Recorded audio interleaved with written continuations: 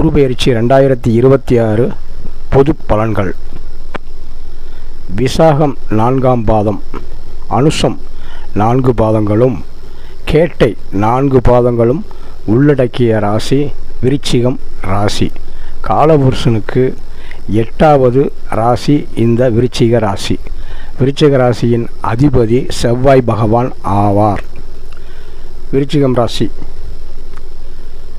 விருச்சிகம் ராசிக்கு முதல்ல ஒரு நல்ல குட் நியூஸ் என்ன அப்படின்னா, வெளிநாட்டில் இருக்கேன், இங்கே ஒன்றும் தொழில் ஒன்றும் அப்படி ஒன்றும் இல்லையா, கொஞ்சம் பிரச்சனையாக இருக்குது, சம்பளம் சரி வர இல்லை, சரி நம்ம நாட்டுக்கு திரும்பி போகலாமா அப்படி நினச்சிக்கிட்டு இருந்தோம்னா இந்த கம்பெனிக்காரன் அனுப்ப மாட்டேங்கிறான் அப்படிங்கிற சூழ்நிலை இருக்கக்கூடிய விருச்சிக ராசியினருக்கும், விருச்சிக ராசியில் உள்ள குடும்பத்தினர் உள்ள வெளிநாட்டில் இருக்கக்கூடியவர்களுக்கும் இந்த குரு பெயர்ச்சி அந்த கம்பெனியில் இருந்தே உங்களுடைய கணக்கு வழக்குகள் எல்லாம் உங்களுக்கு திருப்தி ஏற்படும் வகையில் உங்களை தாயகத்திற்கு அனுப்பி வைப்பார்கள்.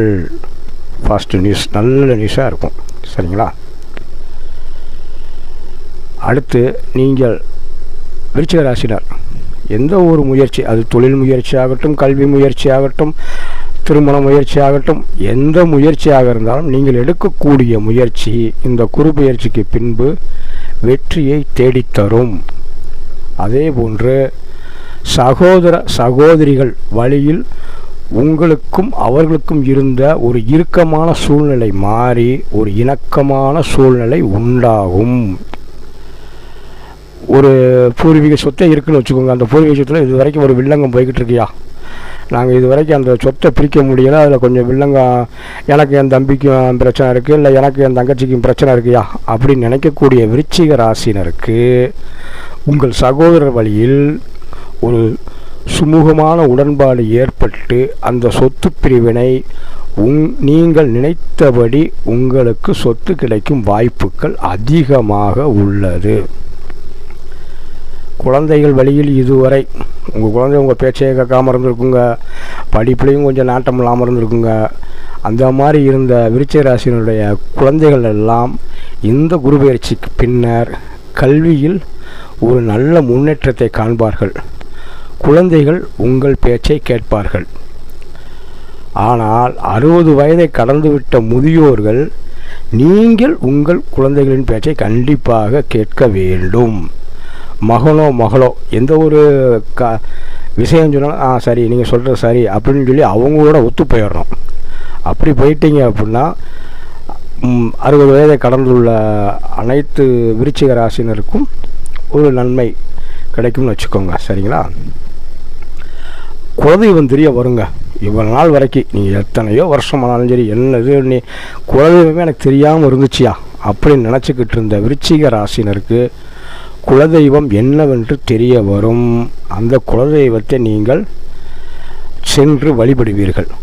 புண்ணிய ஸ்தலங்களுக்கு சென்று வரக்கூடிய வாய்ப்புகள் அதிகம் கிடைக்கும்.